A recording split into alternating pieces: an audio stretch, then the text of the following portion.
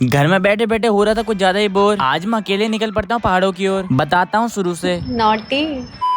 पूरे दिन आलस से बीत ही रहा था, इसलिए मैं हो जाता हूँ फटाफट से रेडी। जूते पहनकर हाथ में स्लिप्स लेकर भाई मैं हो जाता हूँ पहाड़ों की ओर जाने के लिए रेडी। अब जाते जाते बर्फी को भी टाटा बाय बाय बोल के चले जाता हूँ। सन ग्लासेस डालकर हेलमेट पहनकर भाई मैं हो जाता हूँ। सबसे पहले मैं निकलता हूँ भाई पेट्रोल पर आने के लिए। पेट्रोल पड़ा ही रहा था तो भाई देखता हूँ कि हवा भी कम। पेट्रोल और हवा दोनों पड़ाने के बाद मैं निकल जाता हूँ भाई अकेले। रुद्रपुर क्रॉस करने के बाद भाई बारी आती है टांडा जंगल की। टांडा जंगल भी क्रॉस करने के बाद सीधे मैं रुकता हूँ हल्द्वानी में। अब हल्द्वानी में स्टॉप लेने के बाद भाई यहाँ पर मैं पहले पानी पी लेता हूँ। भाई हल्द्वानी तो बहुत बड़ा होता है, इसलिए मैं नॉन स्टॉप जाने का सोचता हूँ। तो फिर क्या भाई मैं और मेरी स्कूटी निकल पड़ते हैं भाई पहाड़ों की ओर। हल्द्वानी काठगोदाम दोनों पार करने के बाद अब मैं सोचता हूँ कि जूली गोड से थोड़ा ऊपर को जाया जाए। भाई रुद्रपुर की गर्मी देखकर और यहाँ का मौसम देखकर तो बहुत ही ज्यादा खुशी मिल रही थी भाई। कोई फाइनली मेरे को कुछ खाने की लोकेशन मिली गई थी। मेरा मेन मकसद यही था कि पहाड़ों पर आके यहाँ पर मैगी खाने का। अपने बालों को जरा हाथ से सेट ही कर ही रहा हूँ तो इतने में भाई मेरी मैगी भी आ जाती है और साथ में चाय भी। अब भाई यहाँ पर बैठ के बस इसी का लुत्फ उठाना था। मैगी को निपटाने के बाद बारी आ जाती है चाय की। यहाँ पर इतना अच्छा मौसम हो रहा था कि जाने का मन ही नहीं कर रहा था, पर भाई चाय और मैगी दोनों को निपटाने के बाद भाई मुझे तो जाना पड़ता ही है। दोबारा से हेलमेट और सनग्लासेस पहन के भाई अब मैं निकल जाता हूँ सीधे घर के लिए। अगर आपको भी पसंद है सोलो ट्रैवल करना तो भाई जरूर कमेंट में अपना ओपिनियन दे। अब सीधे यहाँ से मैं निकल जाता हूँ अपने घर के लिए। मेरे डेली मिनी ब्लॉग देखने के लिए भाई मेरे चैनल को सब्सक्राइब कर ले।